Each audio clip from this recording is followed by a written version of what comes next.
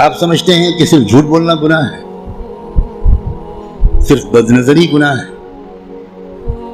صرف زنا اور چوری گناہ ہے، اور آپ یہ نہیں جانتے کہ قرآن کو نہ سمجھنے کی کوشش کرنا یا سمجھنے کی کوشش نہ کرنا یہ ان سارے گناہوں سے بڑا گناہ ہے۔ آپ انجینئر ہیں، بڑے خوش ہیں کہ میں انجینئر ہوں، آپ ڈاکٹر بن گئے، بڑے خوش ہیں کہ میں ڈاکٹر ہوں، آپ تاجر بن گئے اور آپ خوش ہیں کہ میں تاجر ہوں، اور آپ کو اس کمی کا احساس تک نہیں ہے کہ میں کتنا بڑا محروم انسان ہوں کہ میں اللہ کے کلام کو جو صرف میرے لیے آیا تھا وہ میں سمجھنے کی کوئی کوشش ہی نہیں کی میں۔ مسلمانوں کی اکثریت، غالب اکثریت، وہ جو 5 وقت کی نماز پڑھتے ہیں وہ بھی، جو روزہ رکھتے ہیں وہ بھی، جو اپنے کو دیندار سمجھتے ہیں وہ بھی، جو کچھ دینی کام بھی کرتے ہیں وہ بھی، اس بڑے گناہ میں تقریباً سب شریک ہیں کہ وہ قرآن مجید کو سمجھنے کی کوئی کوشش نہیں کرتے اور قرآن مجید کو نہ سمجھنے کو گناہ نہیں سمجھتے یا سمجھنے کی کوشش نہ کرنے کو گناہ نہیں سمجھتے۔ تو آپ قرآن مجید کو سمجھنے کی کوشش فرض عین سمجھیں اور قرآن کو اب تک سمجھنے کی کوشش نہ کرنا یہ کبیرہ گناہوں سے بڑا گناہ سمجھیں۔ اور رمضان کا مہینہ جو گناہوں سے توبہ کرنے اور معافی مانگنے کا مہینہ ہے، اس میں سب سے زیادہ اس گناہ سے توبہ کریں۔ اللہ کے ہاں آپ کی بخشش اس لیے کہہ کر نہیں ہوگی کہ اللہ حضرت میں تعلیم کے حلقے میں بیٹھتا تھا اور اس میں منتخب احادیث پڑھی جاتی تھی، اس میں فضائل نماز پڑھی جاتی تھی۔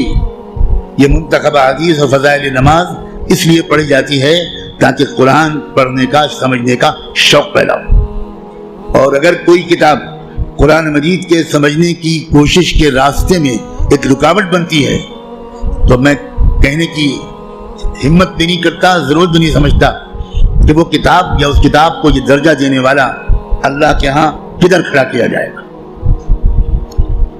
رسول اللہ یہ شکایت کریں گے قیامت کے دن کہ سن لیجیے یہ قرآن میں آیا ہے، اور شکایت کیا کریں گے؟ یہ نہیں کہیں گے کہ ان کی ٹوپی 4 کونوں کی نہیں ہوتی تھی، یہ شکایت نہیں کریں گے رسول اللہ مسلمانوں کی ان کی داڑھی چھوٹی تھی۔ رسول اللہ شکایت یہ کریں گے کہ اللہ یہ ہے میری قوم جس نے قرآن کو چھوڑ دیا تھا۔ آپ جس کی شفاعت کی دعائیں کر رہے ہیں وہی آپ کے خلاف اللہ کی عدالت میں مقدمہ دائر کرے گا۔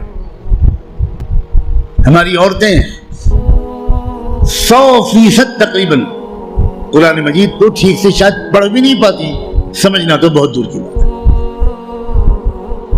ہم نے کبھی فکر ہی نہیں کی کیا ہو گیا، مجھے کچھ سمجھ میں نہیں آتا۔ قرآن صرف تلاوت کے لیے نہیں آیا ہے۔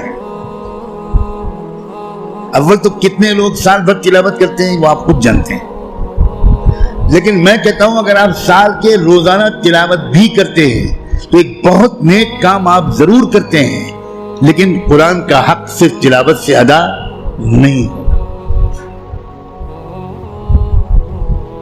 آپ کے دوست کا خط آپ کے پاس آئے، آپ کی ماں اپنا خط لکھے، آپ دور کہیں رہتے اور ماں آپ کو خط بھیجے،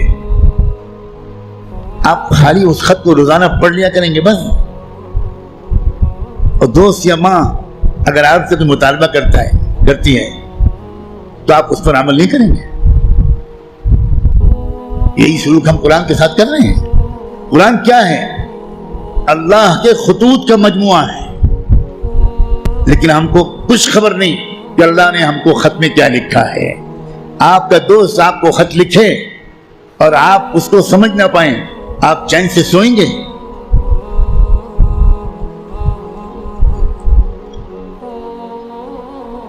کسی کمپنی کا اشتہار آپ نے دیکھا، آپ نے اس کو اپنی درخواست بھیجی، وہاں سے جواب آیا، جواب ایسی زبان میں ہے جو آپ نہیں جانتے، آپ اس دن کھانا کھائیں گے اس خط کا مضمون سمجھنے سے پہلے؟ اب دوڑیں گے، بھاگیں گے، پتہ لگائیں گے یہ فرانسیسی زبان میں خط ہے تو میرے شہر میں فرینچ زبان کون جانتا ہے؟ اور آپ اس کی خوشامد کریں گے ذرا اس خط کو پڑھیے اور مجھے بتائیے کہ اس نے کیا لکھا ہے. 24 گھنٹے نہیں گزرنے دیں گے آپ, اس سے پہلے اس خط کو سمجھنے کی بھرپور کوشش کر لیں گے, اس کا جواب بھی لکھیں گے. لیکن قرآن ہے کہ 60 سال سے آپ کو پکار رہا ہے, اللہ کا خط ہے کہ 70 سال سے آپ کو آپ پاس آ رہا ہے, لیکن آپ نے ایسے کان بند کر رکھے ہیں, ہمیں کوئی دلچسپی نہیں اللہ کے خط سے. اللہ کہتے رہیں ہمیں کوئی دلچسپی نہیں, ہم بہت مشغول ہیں, ہمارے پاس فرصت نہیں ہے.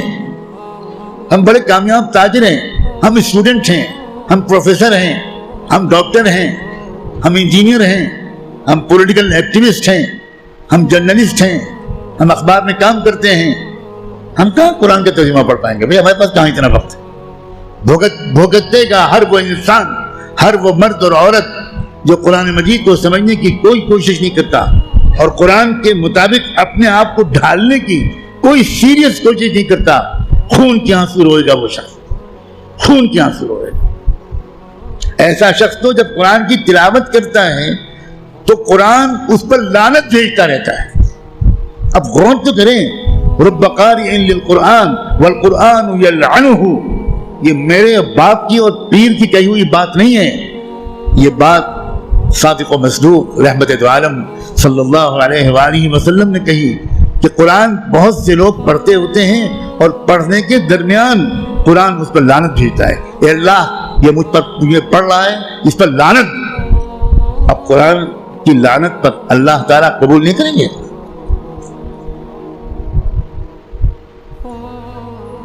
جو توہین قرآن کی ہم نے کی ہے, جو بے عزتی قرآن کی ہم نے کی ہے, اس کے حساب سے ابھی مسلمانوں کی اتنی پٹائی نہیں ہوئی جتنی ہونی چاہیے.